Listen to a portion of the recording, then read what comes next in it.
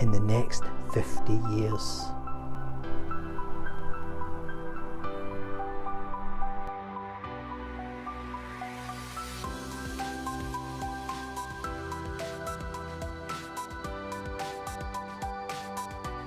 Hi, it's Scott here, and thanks once again for tuning in to one of my Future of Work videos where I try to give you tips and things to think about, mental models and ideas on how to cope with the future of work as it rapidly comes towards us.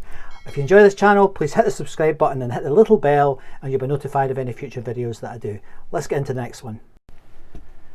When I was growing up, I was lucky to do so just after we'd been to the moon. And in that time, this thing had changed everything. The moon changed the world, with many young people like me going into science. Now, during that time, my memory is of science being everywhere, whether it was Star Trek or Tomorrow's World or other TV shows that were all about science and technology. I think it's fair to say we became obsessed about science just after the lunar landings. The impact was significant. It's one small step for man,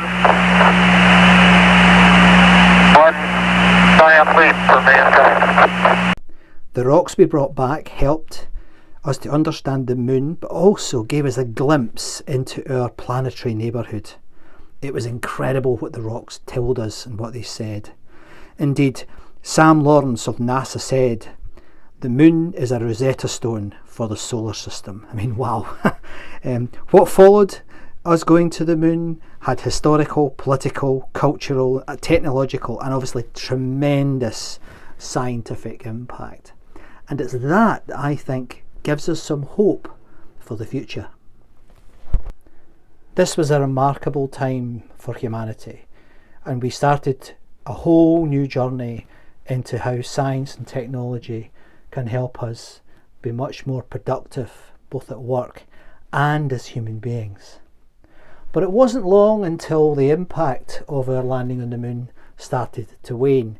People started to be slightly less interested in science. It's time for this planet, this moon, to change colour.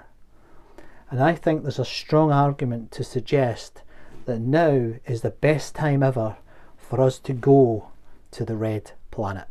So why is now the time for us to think about changing our attitude towards going to Mars?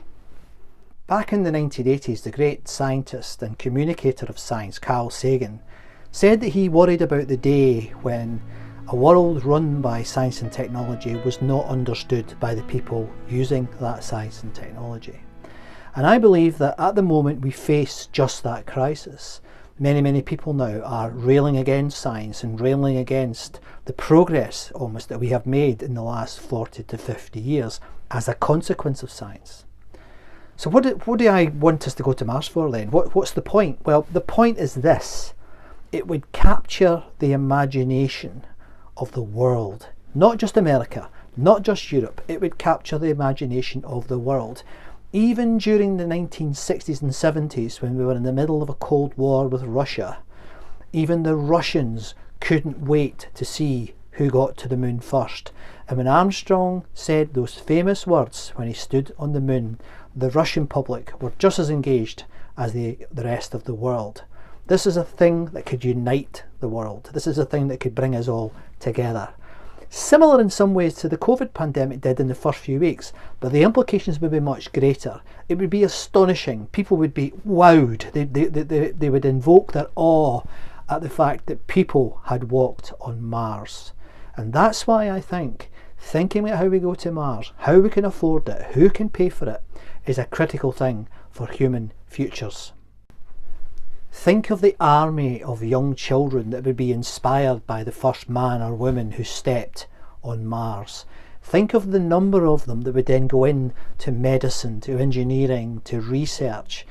But perhaps even more important than that, it would raise awareness of what the scientific process is all about and what science can bring society. I think this is critical because I think in our organisations as we move into the future, we are stood on, as I've said before, the edge of next.